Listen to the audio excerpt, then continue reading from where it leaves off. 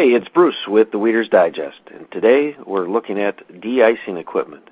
And if you've got a dock like I've got here, it certainly is not a dock that would be able to stand up to ice movement and ice pressure, and so the great opportunity is to be able to just take something like this, which is a half horsepower.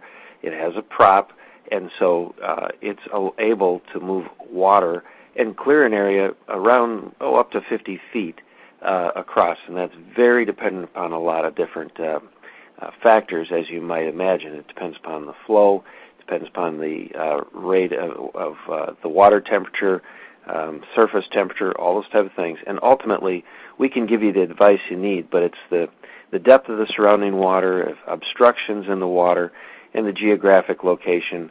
Those are all the things that we need to discuss. Now, it's very easy to put on, to install one of these. In this case, I'm simply putting a rope on each end of the area that I want to keep open on the dock post, and then simply dropping it into the water. And you can see that this is just a half horsepower. We sell them a half up to 1 horsepower, 2 horsepower. We have a lot of options when it comes to our de-icers and a number of different brands. But this is not where you would ever want to have that kind of flow, and the reason is that although that kind of flow activity would certainly keep the water open in that area, ultimately what you do is be as low in the water as you can so that you can, close to the bottom where the earth is warming up that water down there, and you're driving that water upward to be able to keep and eat the ice. And it'll literally eat the ice, and you get the other option is to have it a horizontal flow, and we'll look at some options there. Now, another great option is to be able to just literally take it, put it down on the bottom like you see right here. This would be more typical what you'd see on the surface, not that big flow, and so it comes up bringing the warm air upwards. There are 3 different methods that we carry and that we recommend. Most often is the sling method is what I call, and that's what you saw me do on the dock there, where you've got this far left picture where you've got 2 ropes being supported across from 2 piers or 2 docks or a slip or whatever the case might be. And then the second option is to be able to do a dock mount. Now, the dock mount can be going down much lower and then pointed upwards. In this case, I'm just showing it the flow across.